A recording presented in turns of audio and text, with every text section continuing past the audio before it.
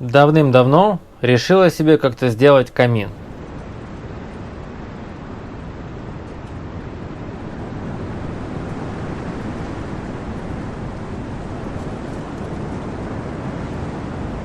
Но не настолько давно. В 2020 году была поставлена цель, что у меня будет камин. Но время шло, а камин все не появлялся. И вот пришло время что-то решать.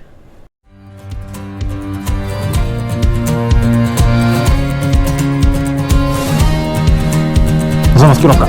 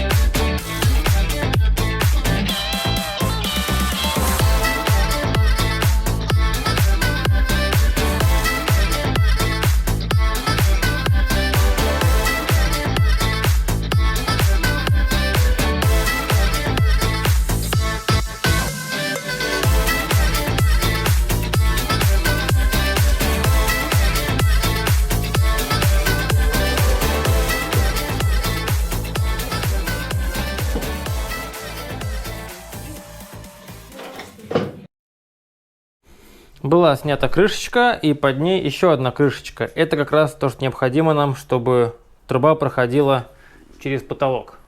Мы просто эту пластину меняем на боковой выход. Боковой выход тоже неплох, причем очень неплох, но он съедает пространство. В углу это было бы круто. А вот здесь он съест сейчас платформы. Поэтому меняем просто местами. И не забудем использовать... Так, что это такое? Высокотемпературный герметик на 1500 градусов. Это чтобы даже малейший уголек не смог проскочить. И сверху опять красиво закроется крышка. Почему не сделать по-другому? Ну, потому что крышка здесь привинчена. Вот она. То есть ее нельзя просто открыть, залезть как под капот машины и поменять. Поэтому приходится делать в обратном порядке, с запоминанием того, что вообще мы тут делаем. Я делаю первый раз, благо есть инструкция. Так что не спешим, мы тут надолго.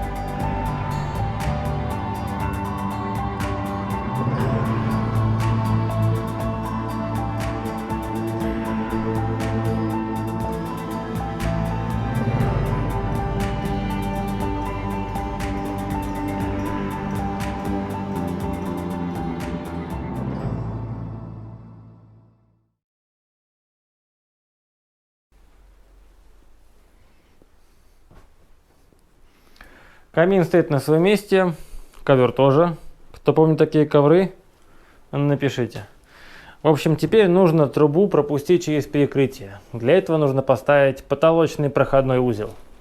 Да, у меня он есть. Вот он, и он причем не оцинкованный, а черненький в цвет камина. Сначала выставляем проходной узел. Тут видно лазерку, не знаю, видно вам нет, сейчас приближу. Так, о, так видно. Лазерка. По лазерке также будет выставлен камин. Он сейчас немножечко, видите, не по уровню. Сначала просверлим, сделаем проходной узел, вставим туда саму эту ППУ, если не ошибаюсь, называется. Соберем трубы и уже по факту выровняем, чтобы все было в горизонтали, и после этого вверху закрепим. Самая пыльная работа начинается сейчас.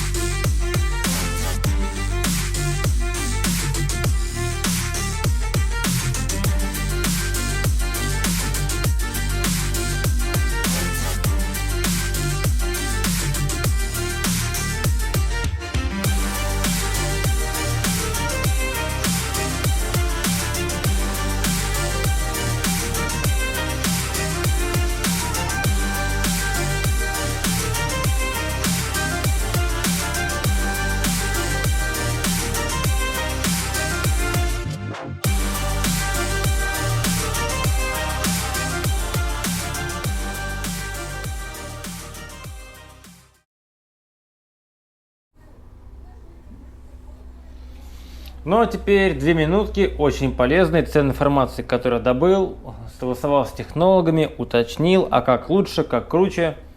Рассказываю на пальцах. Это у нас проходной элемент. Вот то, что находится внизу, это вот такой короб. Просто один из них у нас будет чистовой в зале с красивой стороной. И с обычной оцинкованной это будет у нас перед крышей. Соответственно, что находится внутри? Снаружи находится суперсил. Это такая ткань не горючая. Я ее тоже крупным планом показывал. Вот. Специальное огнеупорное волокно. Выдерживает 1200 градусов. Очень хорошая, классная вещь. Дальше у нас идет суперизол. Чем-то похож на газоблок. Смесь не уточнял, но если присмотреться, видно волокна. Чем-то похоже на гипс с волокнами. Так и называется, суперизол. То есть по контуру внутреннему суперизол, по внешнему суперсил. Вставляется вот сюда суперизол, потом идет суперсил. Если вы богатый и крутой, можете сделать суперизол в 2 слоя. То есть раз, два и потом суперсил. Внутри вставляется труба непосредственно. Если опять же у вас есть финансы, мы обматываем также суперсилом. то есть белой тканью, и промежутки заполняем каменной ватой. И потом в конце, когда уже все готово, накрываем крышечкой. Готово.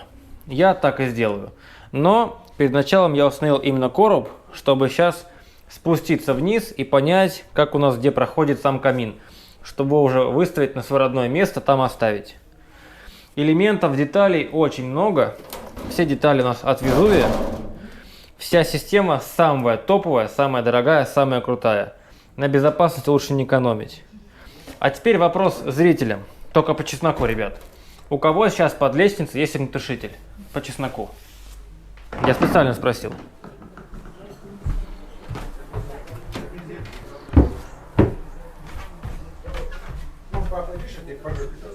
Нет. Да. Нет. Покушаем, папа. Мне идти?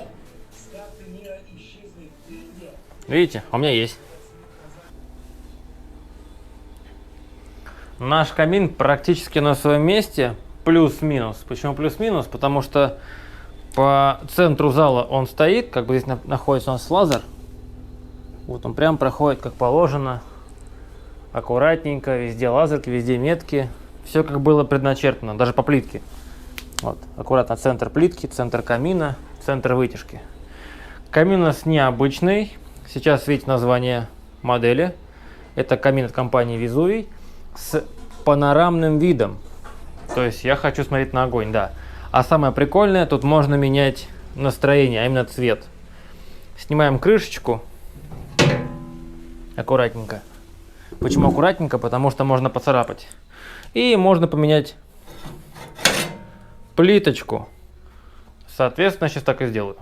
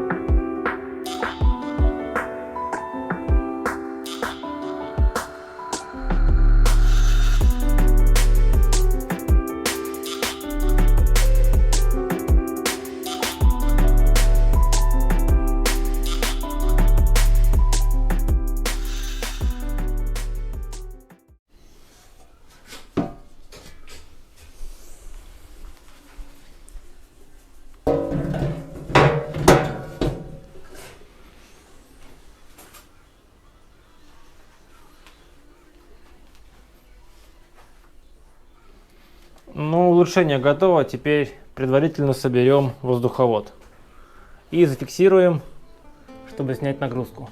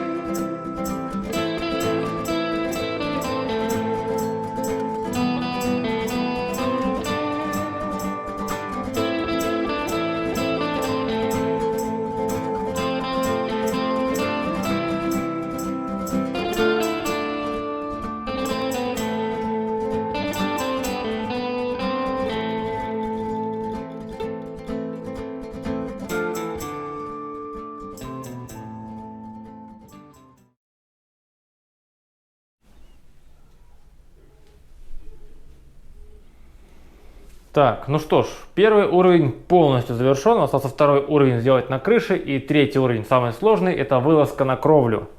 Это будет вообще здорово. Собственно, закрепил я на кронштейне наш держатель. Поэтому весь вес, который будет с крыши и до середины второго этажа, будет давить на наши кронштейны.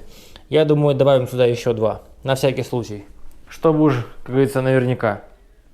В дальнейшем, это пока у нас тестовая сборка, потому что потом все будет разбираться, промазываться герметиком, кое-где необходимо будет жгут положить еще, и потом стыковать. Тут, кстати, еще рассказывал, не рассказывал, где свет, но и для тех, кому интересно. Как видите, тут необычный держатель. Проходит профильная труба, просверлена, труба закреплена к балкам, насверленное отверстие, и там проволочка. То есть, вот такой каркас держится вот за эту часть. Это сделал специально, чтобы с лицевой стороны не было никаких саморезиков, ничего, чтобы там была чисто красивая, как это называется, красивый вид завода. Здесь, тут никто не увидит, тут же будет короб, можно прям так поставить и на саморезы к потолку прифигарить. Собственно, я так и сделаю. А внизу заморочился. Оттуда смотришь, красиво, классно, здорово. Так, ну, собственно, необходимо нам сейчас залезть, также просверлить квадратик и пройти проходку. Как видите, стараюсь соблюдать все рекомендации, чтобы стык труб был не в перекрытии. То есть здесь у нас стык находится выше, чем перекрытие. Непосредственно следующий стык будет до перекрытия и после. Вот такую же метровую поставим. Остается только подняться наверх. Для этого у нас есть специальная лестница. Ой. О.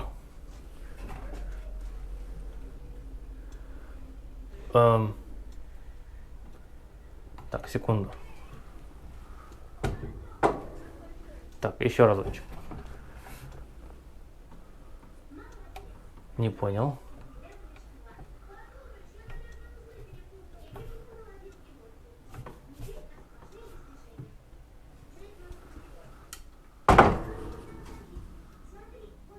Может, что-то неправильно делаю?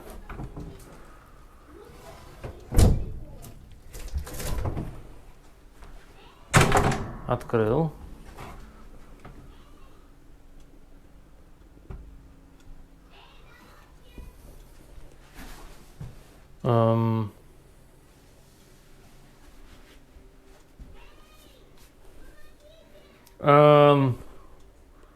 Рекламная пауза.